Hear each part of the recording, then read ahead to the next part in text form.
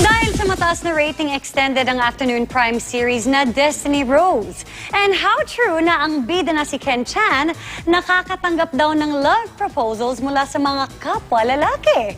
Alamin natin sa chika ni Lars Santiago.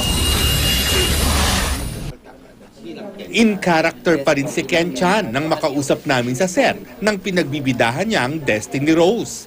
Kahit daw mahigit isang linggo siyang nagbakasyon nitong Christmas season, ay hindi pa rin siya bumitaw ng gusto sa kanyang karakter. Kaya sa pagbabalik niya sa taping, hindi na siya nahirapang muling mag-adjust.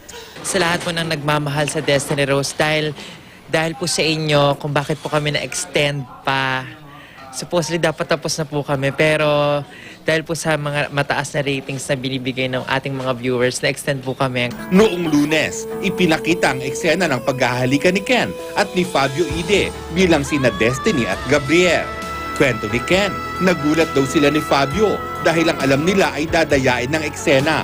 Pero kinausap daw sila ng kanilang direktor at sinabing dapat gawing makatotohanan ang kissing scene. Ginawa po namin yung kissing scene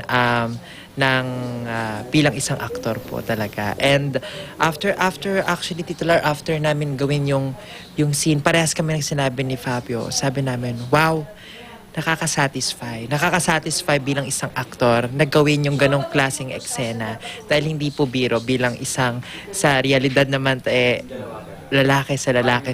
At dahil na rin sa husay at pagiging epektibo ni Ken bilang Destiny Rose, nakakatanggap na siya sa mga social media account ng mga love proposal mula sa mga tunay na lalaki. Destiny Rose / Ken Chan, pwede ba kitang ligawan? Ganon. Meron pa. So natatawa na lang ako kasi sa bahay, hindi naman ako nakaganito. So, pag nakikita ko, pwede ba kitang ligawan? Sana ikaw na lang ang girlfriend ko. Lars Santiago, updated sa showbiz happening.